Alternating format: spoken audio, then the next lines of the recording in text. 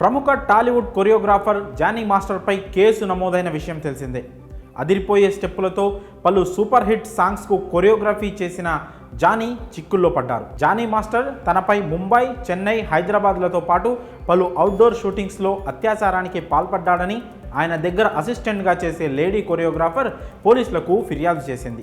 Rayadurgam police స్టేషన్లో ఆమె ఫిర్యాదు చేయగా కేసును నార్సింగ్ పిఎస్కి బదిలీ చేశారు. ఈ క్రమంలోనే నార్సింగ్ పోలీసులు ఆమె నుంచి స్టేట్మెంట్ తీసుకున్నారు. దాదాపు 3 గంటల పాటు బాధితురాలి నుంచి వివరాలు సేకరించారు అధికారులు. ఈ క్రమంలోనే ఆమె పలు సంచలన విషయాలు వెల్లడించింది. స్టేట్మెంట్లో జానీ మాస్టర్ భార్య కూడా దాడి చేసిందని షాకింగ్ విషయాలను తెలిపింది. జానీ మాస్టర్ తనపై అత్యాచారం చేశాడని పోలీసులకు ఫిర్యాదు చేసిన యువతి నుంచి అధికారులు స్టేట్మెంట్ను తీసుకున్నారు. 3 గంటల పాటు లేడీ కొరియోగ్రాఫర్ నుంచి స్టేట్మెంట్ను రికార్డ్ చేశారు. ఈ క్రమంలోనే ఆమె సంచలన విషయాలు వెల్లడించినట్లు తెలుస్తోంది. షూటింగ్ టైంలో క్యారవాన్లోకి వచ్చి బలవంతం చేసేవాడని పోలీసులకు తెలిపింది. అలాగే తన సెక్స్ కోరికలు తీర్చకపోతే ఆఫర్లు రాకుండా చేస్తానని బెదిరించేవాడని, అతడి కోరిక తీర్చకపోతే నాపై బలవంతంగా దాడికి దిగేవాడని స్టేట్మెంట్లో పేర్కొంది.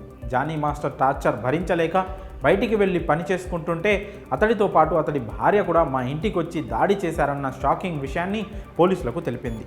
మతం మార్చుకొని పెళ్లి చేసుకోవాలని తనపై ఒత్తిడి తీసుకొచ్చినట్లు స్టేట్మెంట్లో పేర్కొంది. ప్రస్తుతం లేడీ కొరియోగ్రాఫర్ పోలీసులకు వెల్లడించిన విషయాలు వెలుగులోకి రావడంతో కేసు సంచలనంగా మారింది. కాగా బాధితురాల్ని భరోసా కేంద్రానికి తీసుకెళ్లిన అధికారులు వైద్య పరీక్షలు నిర్వహించారు.